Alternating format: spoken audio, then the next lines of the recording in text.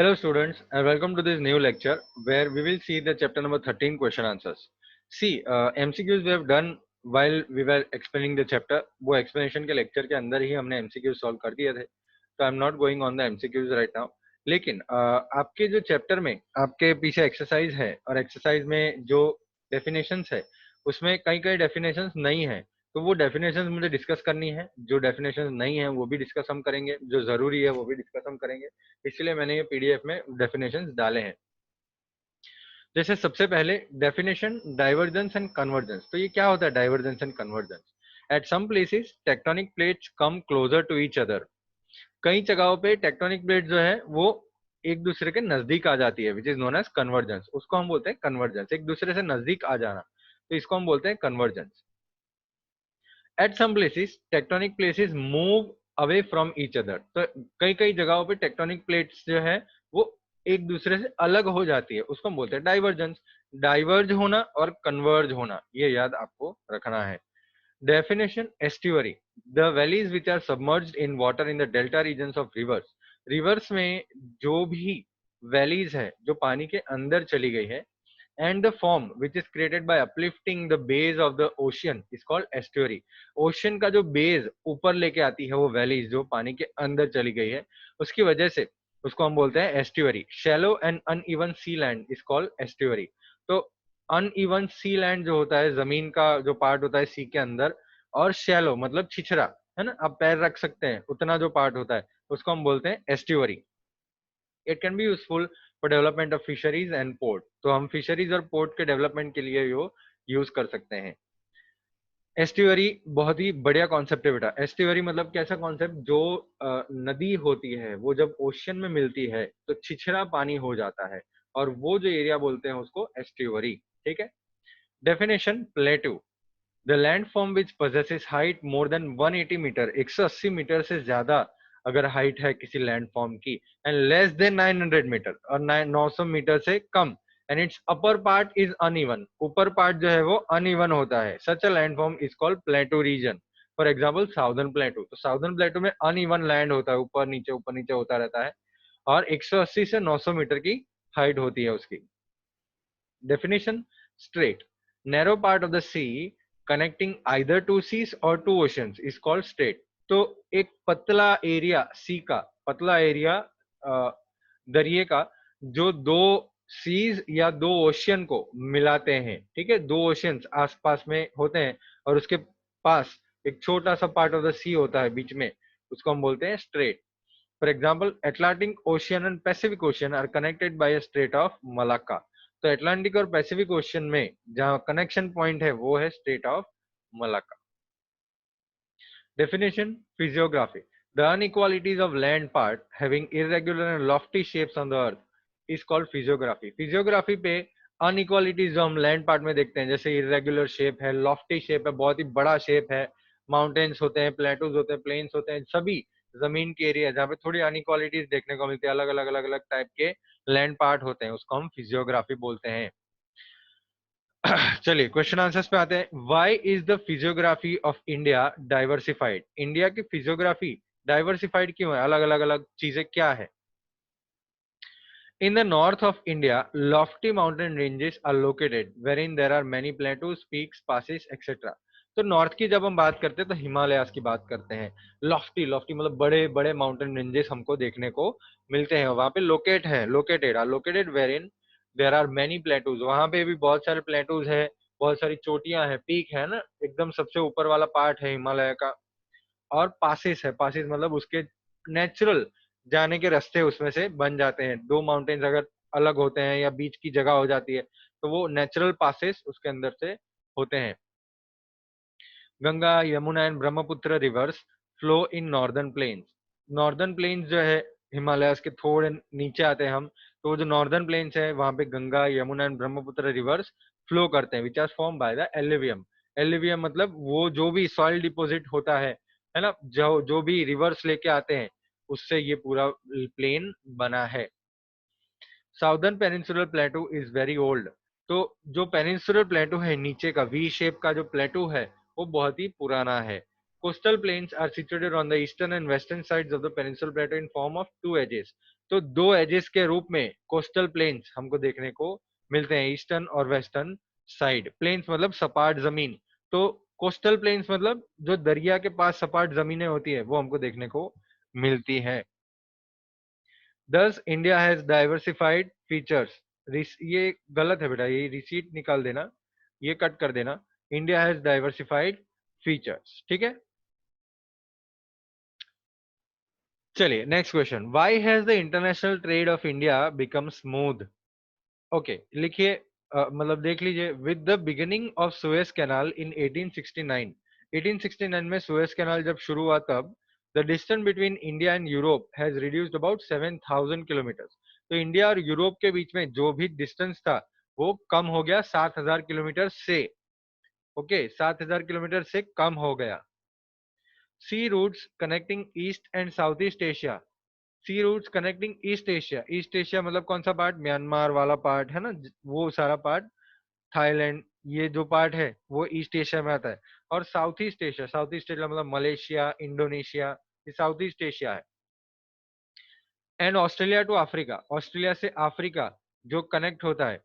And Europe, और Africa से, अगर ऑस्ट्रेलिया से आपको अफ्रीका जाना है तो इंडियन ओशन से होके जाना पड़ेगा।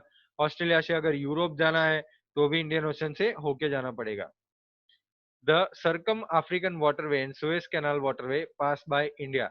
तो अफ्रीका का जो सर्कम वाटरवे है, घूमने का जो पूरा वाटरवे है वो, और सुएज कैनाल वाटरवे इंडिया से पास होके जाता है। कनाडा और यूएस हम स्ट्रेट ऑफ मलाक्का से पास होके जा सकते हैं, जो हमने देखा ना स्ट्रेट ऑफ मलाक्का, पैसिफिक और अटलांटिक ओशन दोनों कनेक्ट करता है स्ट्रेट ऑफ मलाक्का। तो यहाँ से हम पास होके जा सकते हैं, कनाडा और US. Location of India across the international waterways also important. तो इंडिया की लोकेशन इंटरनेशनल वाटरवेज के रूप में हम देखने जाए तो भी इम्पोर्टेंट है। India has become a place of cultural confluence. तो भाई कल्चरल कॉन्फ्लुएंस की हम बात करते हैं तो कल्चर की बात करते हैं हम।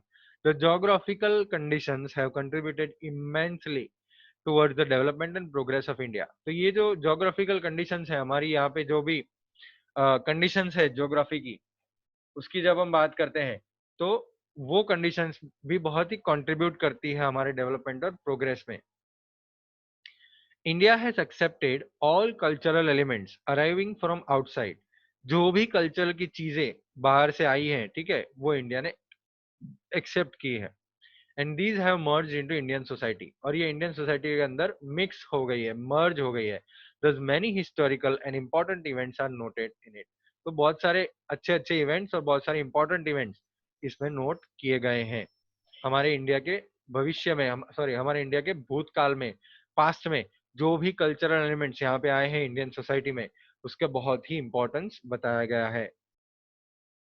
The coordinating attitude of Indian culture has accepted any religion, people and race। तो हमारा जो इंडियन कल्चर का जो एटीट्यूड है बेटा, कोऑर्डिनेटिंग मतलब एक साथ रहने का एटीट्यूड, वो एटीट्यूड ने बहुत सारे रिलीजन के लोग और बहुत सारे रेस मतलब जो भी कलर हो, ब्लैक हो, व्हाइट हो, कोई भी कलर हो, उनको एक्सेप्ट किया है, ठीक है।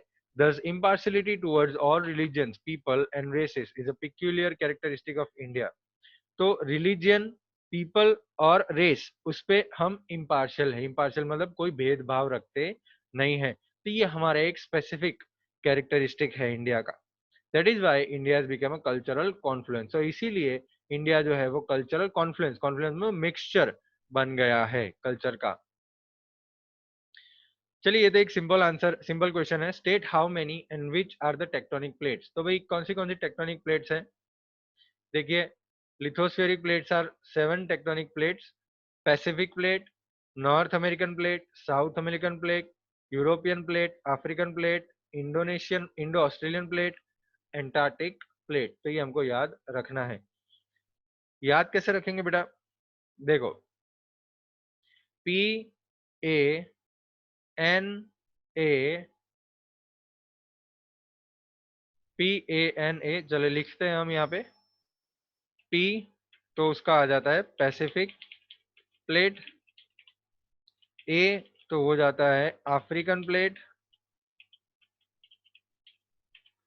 N तो हो जाता है नॉर्थ अमेरिकन प्लेट, ए तो हो जाता है एंटार्क्टिक प्लेट, PANA, फिर कौन सा रह गया, एस रह गया ना, S E south American, European, और आई, एस से लिखेंगे हम साउथ अमेरिकन,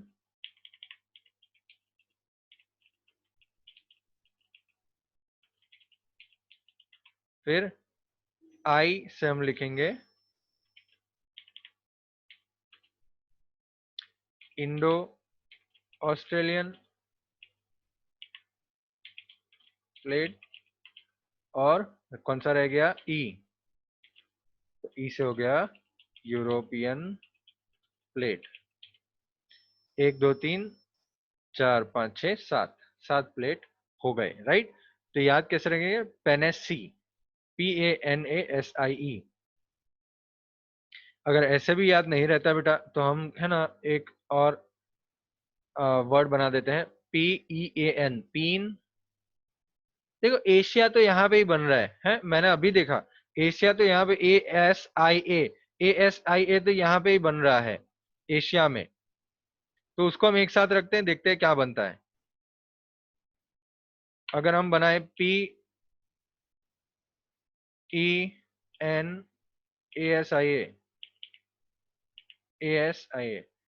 पेनेशिया, है ना, P से पैसिफिक, E से यूरोपियन, N से नॉर्थ अमेरिकन, A से एंटार्क्टिक, S से साउथ अमेरिकन, I से इंडो ऑस्ट्रेलियन, और A से अफ्रीकन। तो ये हो गया अब। और एक वर्ड पेन एशिया, तो पेन एशिया आप याद रख सकते हैं। तो ये आपको 7 टेक्टोनिक प्लेट्स याद रह जाएंगी, पेन एशिया, पेन एशिया। ठीक है, चलिए आगे बढ़ते हैं, क्लियर करते हैं इसको।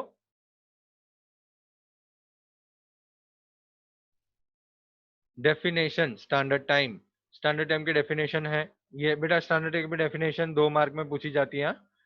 The definite meridian possessing some suitable place passing from any region where comes near the sun at that time, local time of whichever place is called standard time। तो बेटा जो भी मेरिडियन, मेरिडियन मतलब जो भी लाइन, ऐसी line जो suitable place, कोई परफेक्ट प्लेस से पास होती है कोई भी रीजन में, जहाँ पे सन वो समय पे हो, उसी का लोकल टाइम जो है उसको हम स्टैंडर्ड टाइम बताते हैं। For example 82°30 east meridian passes from Allahabad in India, तो thus the time of Allahabad is the standard time for whichever place। तो पूरे इंडिया के अंदर ये स्टैंडर्ड टाइम इलाहाबाद का लग जाता है। 82°30 पे हमारा जो ईस्ट मेरिडियन पास होता है उससे हम स्टैंडर्ड टाइम डिफाइन कर सकते हैं। Right a note on neighbouring countries of India. भाई ये तो बहुत ही सिंपल, आपको मालूम है नेबरिंग कंट्रीज कौन कौन सी है। तो थोड़ा इंट्रोडक्शन लिख देते हैं फर्स्ट पॉइंट में। India holds an important place in south Asia. India का इंपॉर्टेंट प्लेस साउथ एशिया में है, ये भी हमको पता है। India has common land boundary with Pakistan, Afghanistan in north west. India की कॉमन लैंड बाउंड्री है पाकिस्तान और अफगानिस्तान में नॉर्थ वेस्ट साइड में। फिर next, India has a common land boundary with China, Nepal, Bhutan in north east and with Myanmar and Bangladesh in the east. तो जब हम India का मैप इमेजिन कर रहे हैं तो हम नॉर्थ, नॉर्थ ऊपर और वेस्ट साइड, आप नॉर्थ वेस्ट साइड देखोगे, आपके ये साइड नॉर्थ वेस्ट साइड, तो आपको पता चलेगा कि वहां पे हमको पाकिस्तान देखा जाता है और अफगानिस्तान। तो इंडिया का मैप इमेजिन करना है, नॉर्थ वेस्ट साइड, मेरे लिए वेस्ट है मेरा लेफ्ट हैंड, ठीक है, आपके लिए भी लेफ्ट हैंड आपका वेस्ट हो जाएगा। तो आंखें बंद करिए, इमेजिन कीजिए कि इंडिया की कॉमन लैंड बाउंड्री है वो है नॉर्थ, नॉर्थ में मतलब ऊपर Jammu and Kashmir side, west side, west side हमको देखने को मिलते हैं आप पाकिस्तान और अफगानिस्तान। आप चाहते हैं कि मैं मैप बताऊं आपको, तो चलिए मैं मैप बता देता हूं आपको, तो हम मैप के साथ साथ डिस्कस कर सकते हैं। लेकिन सबसे पहले मुझे ये आपके लिए देखना पड़ेगा ना, ये याद रखना पड़ेगा। इसको हम कॉपी करते हैं, कॉपी। तो मैंने खोल दिया मैप आपके लिए, बहुत ही क्लियरली हमको मैप दिख रहा है और हमको नाम भी दिख रहे हैं। तो हम जब बात करते हैं India holds an important place in south Asia, तो साउथ एशिया की बात हम कर रहे हैं। पूरा जो आपको एशिया दिख रहा है ना, कि पूरा एशिया उसमें साउथ पार्ट में है, नीचे के पार्ट में है इंडिया। वेरी गुड, ये देख लिया हमने। फिर India has a common land boundary with Pakistan and Afghanistan in the north west. तो नॉर्थ वेस्ट पार्ट में हमको कौन दिख रहा है यहाँ पे, ये हो गया हमारा नॉर्थ,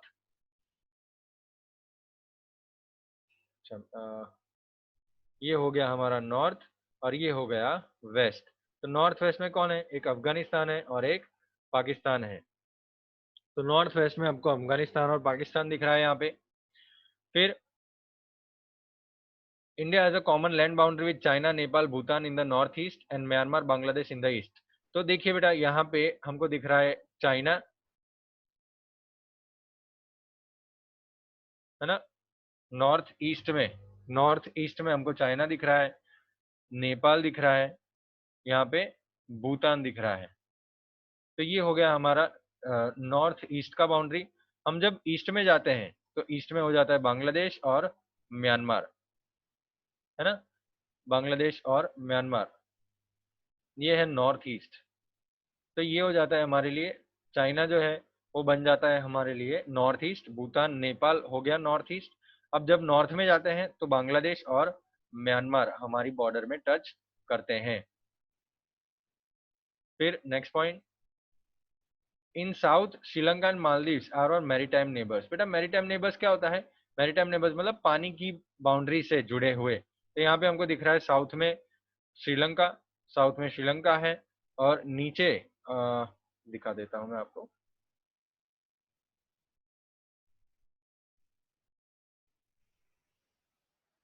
नीचे हमको यहाँ पे दिख रहे हैं, मैंने श्रीलंका के लिए लाइन कर दी थी और अब करनी पड़ेगी। ओके, ये देखा जी, श्रीलंका हो गया हमारे लिए और ये हो गया मालदीव्स। तो ये हमारे नेबर्स हैं, ठीक है, श्रीलंका और मालदीव्स हमारे साउथ में, ये हमारे नेबर्स है। लेकिन किससे, कौन सी बाउंड्री से जुड़े हुए हैं, मैरी टाइम बाउंड्री, ठीक है बेटा। Lakshadweep islands are located in Arabian Sea while Andaman Nicobar islands are located in Bay of Bengal. तो ये भी हमको मालूम है, यहाँ पे बे ऑफ बंगाल है और यहाँ पे अंडमान एंड निकोबार आइलैंड्स हमको दिख रहे हैं। ये हो गए अंडमान एंड निकोबार आइलैंड्स। थोड़ा जूम आउट करते हैं और लक्षद्वीप देख देते हैं, और ये हो गया यहाँ पे लक्षद्वीप आइलैंड, है ना, ये रहा लक्षद्वीप आइलैंड, छोटे मोटे लक्षद्वीप आइलैंड जहाँ पे दिख रहे हैं हमको। अगर आपको नहीं दिख रहे हैं तो मैं आपको दिखा देता हूँ, ये रहे, देखो ये लक्षद्वीप आइलैंड, ये है छोटे मोटे लक्षद्वीप आइलैंड जो हमारे अरेबियन सी में हमको देखने को मिलते हैं। क्लियर करते हैं इसको, जो अरेबियन सी में हमको देखने को मिलते हैं। चलिए अब वापिस आते हैं क्वेश्चन आंसर्स के पीडीएफ पे। चलिए वापिस आ गए पीडीएफ पे, हम देख लेते हैं number 17। Writing short about Himalayan mountain range. Himalayan mountain range के बारे में शॉर्ट में हमको लिखना है, लेकिन 2 मार्क का क्वेश्चन है तो 4 पॉइंट तो लिखने ही है। तो eventually the Indo Australian plate separated from the Gondwana land and started drifting towards the north, collided with the European plate of the northern hemisphere about 50 million years ago। तो क्या हुआ था मैं आपको बताता हूँ। इंडो ऑस्ट्रेलियन प्लेट जो है वो गोंडवाना लैंड से अलग हो गया था, जो बड़ा सा लैंड मास था गोंडवाना लैंड, उससे इंडो ऑस्ट्रेलियन प्लेट अलग हो गया था और धीरे धीरे धीरे धीरे धीरे करके नॉर्थ में आने लगा था। यूरोपियन प्लेट से वो टकराया और बहुत मिलियन ईयर्स अगो की बात है, बहुत ही पहले की बात है ये। Due to collision between both the mountain system was emerged from the Tethys Sea that is known as Himalayan mountain range। तो ये दोनों प्लेट के टकराने से, दोनों सिस्टम के टकराने से एक माउंटेन सिस्टम बन गया वहां पे, जो टेथिस सी जो था उससे वो माउंटेन सिस्टम बन गया। इसको हम बोलते हैं Himalayan mountain range। A large valley developed to the south of Himalayas mountain range wherein the sediments from the rivers flowing north south was deposited। तो साउथ हिमालयस का जो साउदर्न पार्ट है वहां पे बहुत सारे रिवर्स फ्लो होने लगे थे, उसमें से पानी फ्लो होने लगे थे उसमें से नॉर्थ से साउथ में। तो वहां पे एलिवियल सेडिमेंट्स डिपोजिट होने लगे थे और इसी वजह से गंगा प्लेन पूरा बन गया between the Himalayas and the peninsular प्लेटू। एक बड़ा सा वॉल्केनिक इरप्शन हुआ था नॉर्थ वेस्टर्न पार्ट में पेनिनसुलर प्लेटू के, और उसी वजह से जो वेस्टर्न पार्ट ऑफ द प्लेटू था, वेस्टर्न पार्ट था, वो टूट गया और सबमर्ज हो गया था, सी के अंदर चला गया था। This led to the creation of the Arabian Sea, और इसी वजह से अरेबियन सी बना। And due to this subsidence the Western Ghats became more this things. तो इसी सबमर्ज होने की वजह से ये जो प्लेट था वो सबमर्ज हो गया, पानी के अंदर चला गया। तो इसी की वजह से हमको वेस्टर्न घाट क्लियरली दिखते हैं, है ना, माउंटेन सिस्टम पूरा दिखता है। Thus, there are many plateaus, peaks and passes located in the Himalayan mountain range. तो बहुत सारे plateaus और peaks और pass हमको देखने को मिलते हैं। India has a strategic location. एक बार ये देख लेते हैं हम। Geographically, India lies in the northern hemisphere. तो ये तो हमको मालूम ही है। India, its northern part is spread more in the east-west direction. East-west direction में अपना northern जो part है वो बड़ा है। हिमालयन माउंटेन रेंज है, वहां पर बड़े बड़े प्लेन्स हैं। India is spread up to the southern part of the Asian continent. The area to the south of Tropic of Cancer has a triangular shape. हमारा जो ट्रॉपिक ऑफ कैंसर के south वाला पार्ट है वो V shape में है, triangular shape में है, और इसलिए उसको पेनिनसुलर प्लेटू हम बोलते हैं। Tapers toward the south, tapers मतलब वी शेप हो जाना, धीरे धीरे धीरे खत्म हो जाना। This is basically part of the peninsular plateau. It include the eastern plains and the narrow western coastal plains. तो इसमें ईस्टर्न प्लेन्स हमको देखने को मिलते हैं और नैरो वेस्टर्न कोस्टल प्लेन्स देखने में, नैरो मतलब पतले से। Due to naturally forming southern Indian plateau, India possesses important position according the international waterways. तो international waterways में हमारी जो साउदर्न इंडियन प्लेटू फॉर्म होती है, मतलब वहां पे है, तो उसकी वजह से नेचुरली हम हमारा जो इंपॉर्टेंस है वो बढ़ जाता है इंटरनेशनल वाटरवेज में। No country has the maritime boundary as India has. India की मैरीटाइम बाउंड्री जैसी कोई भी बाउंड्री किसी कंट्री की नहीं है। Due to the strategic location, one of the oceans is name as Indian Ocean. तो ये स्ट्रेटेजिक लोकेशन की वजह से इंडियन ओशियन उसको नाम दिया गया है। Bay of Bengal lies to the east, Arabian Sea to the west and Indian Ocean to the south. इसीलिए हम उनको पेनिनसुला बोलते हैं। हमारा जो लैंड का पार्ट है नीचे का, साउथ इंडिया का, उसको हम पेनिनसुला इसीलिए बोलते हैं क्योंकि वो तीन साइड से पानी से घिरी हुई है, Bay of Bengal, Arabian Sea और इंडियन ओशियन। तो ये जो सी है वो वाटरवे की तरह हम यूज करते हैं। Oceans have contributed important contribution to develop cordial relations in ancient times. Thus, India has a strategic location in the eastern hemisphere. तो ओशियन ने पहले के जमाने से ही बहुत ही अच्छे रिलेशन मेंटेन करने के लिए हमारी बहुत ही मदद की है बहुत सारे कंट्रीज के साथ। तो इसीलिए इंडिया का एक स्ट्रेटेजिक लोकेशन बहुत ही इंपॉर्टेंट है ईस्टर्न हेमिस्फीयर में। बेटा ये give information about the location and area of India, ये हम डिस्कस करेंगे। मतलब आप एक बार देख लीजिए, हम डिस्कस नहीं कर रहे हैं वो, क्योंकि ये बहुत ही बड़ा आंसर है और हमारे वीडियो के अंदर वो शायद नहीं इनकॉर्पोरेट हो पाएगा। तो आपके पीडीएफ में तो होएगा ही वो, तो एक बार आपको देख लेना है। नंबर 19, नंबर 20 भी देख लेते हैं हम। सुएज कैनाल वाला जो आंसर है, सुएज कैनाल तो पहले हमने डिस्कस किया था, तो ये हम डिस्कस नहीं कर रहे हैं। इंटरनेशनल ट्रेड कैसे इजी हुआ, तो यहाँ पे भी सुएज कैनाल की बात कर रहे हैं हम, तो ये भी आंसर हम डिस्कस अभी नहीं कर रहे हैं। आपके पीडीएफ में सब आंसर्स हैं, आप उसको रीड कर सकते हैं, आपको सब मालूम पड़ जाएगा। मैं इंपॉर्टेंट आंसर इसमें डिस्कस करने वाला हूँ। इंटरनेशनल ट्रेड कैसे इजी हुआ, तो इसमें भी सुएज कैनाल की बात की गई है। स्ट्रक्चर ऑफ द अर्थ के बारे में हम बात कर लेते हैं, ठीक है। The crust of the earth floats over the semi liquid rocks of the asthenosphere. Asthenosphere में वो अर्थ के वाला वो अर्थ वाला पार्ट जो जमीन के नीचे है, जिसमें सेमी लिक्विड रॉक्स है, लावा है, ठीक है, उसका एस्थेनोस्फीयर बोलते हैं। तो ऊपर का जो क्रस्ट है, ऊपर का जो सरफेस है, वो ये सेमी लिक्विड रॉक्स पे फ्लोट कर रहा है। Heat is generated due to radioactive process in the interior of the earth. भाई अंदर जो गर्मी पैदा हो रही है, अंदर जो रेडियो एक्टिव प्रोसेस हो रहा है, उसकी वजह से हीट जनरेट होती है, और वही हीट सरफेस ऑफ द अर्थ तक पहुंचती है, जनरेटिंग रेडियो एक्टिव वेव्स। तो रेडियो एक्टिव वेव्स जनरेट करती है। ये जो ऊपर वेव्स आती है, रेडियो एक्टिव वेव्स आती है, वो अपर लेयर्स को तोड़ देती है, जिसको हम बोलते हैं लिथोस्फेरिक प्लेट्स। जो जमीन बन जाती है, बड़ी बड़ी प्लेट्स बन जाती है, जिसको हम जमीन बोलते हैं। ऐसी 7 प्लेटें हैं, Pacific, North American, South American, European, African, Indo Australian, Antarctic. हमने पढ़ा था ना पेन एशिया, PEN पेन, और Asia, ASIA। At some places this plates are drifting away. तो कई कई प्लेसेस पे ये जो प्लेस है, ये जो प्लेट्स हैं वो अलग अलग हो रही हैं, जिसको हम डाइवर्जन प्लेट बोलते हैं। जो नजदीक आ रही है उसको हम कन्वर्जन प्लेट बोलते हैं। भाई इसी वजह से, डाइवर्जेंस और कन्वर्जेंस की वजह से फोल्ड और फॉल्ट होता है। फोल्ड मतलब एक के ऊपर एक जमीन हो जाती है, अगर नजदीक आ रही है तो एक के ऊपर एक हो जाती है, जिससे फोल्ड होता है, माउंटेन सिस्टम बनता है। या फॉल्ट होता है, फॉल्ट मतलब टूट जाती है जमीन, है ना, तो वहां पे धीरे धीरे करके पानी भर जाता है। तो ये प्रोसेसेस फॉर्म होते हैं। ये मूवमेंट्स की वजह से शेप हमको ये सब सारे देखने को मिलते हैं, जो जमीन के ऊपर पहाड़ देखने को मिलते हैं, ओशन देखने को मिलते हैं, है ना, दरारें देखने को मिलती है, तो ये सारी चीजें, वैलीज देखने को मिलते हैं, तो ये सब चीजें इसीलिए देखने को मिलती है।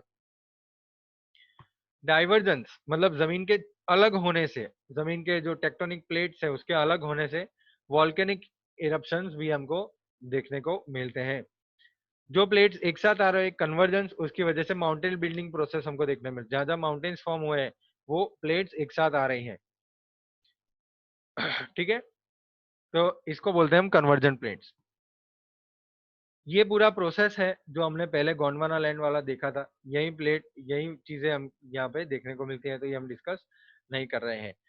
यहाँ पे हमने डिस्कस किया क्वेश्चन आंसर्स चैप्टर नंबर 13 के। जो क्वेश्चन आंसर्स इंपॉर्टेंट थे वो सारे क्वेश्चन आंसर्स मैंने पीडीएफ में रखे हैं, वो आपको लिख देने हैं आपके फेयरबुक के अंदर। एमसीक्यूज इसमें से मत देखिएगा क्योंकि शायद इसमें एक गलत आंसर हो सकता है। तो एमसीक्यूज हमने वो लेक्चर में डिस्कस किए थे, वही राइट है, ठीक है। जैसे अगर हम बात करें नॉर्थ टू साउथ, नॉर्थ से साउथ तक, ऊपर से नीचे तक, तो ये एक गलत आंसर है। केरला, आंध्र प्रदेश, मध्य प्रदेश नहीं होता है। सही आंसर क्या है बेटा? उत्तराखंड वाला। उत्तराखंड, दिल्ली, मध्य प्रदेश, आंध्र प्रदेश और फिर केरला, ये आंसर सही है। तो इसीलिए एमसीक्यूज आप वो वीडियो लेक्चर्स में से करेंगे जो हमने डिस्कस किए थे, एमसीक्यूज वही करेंगे।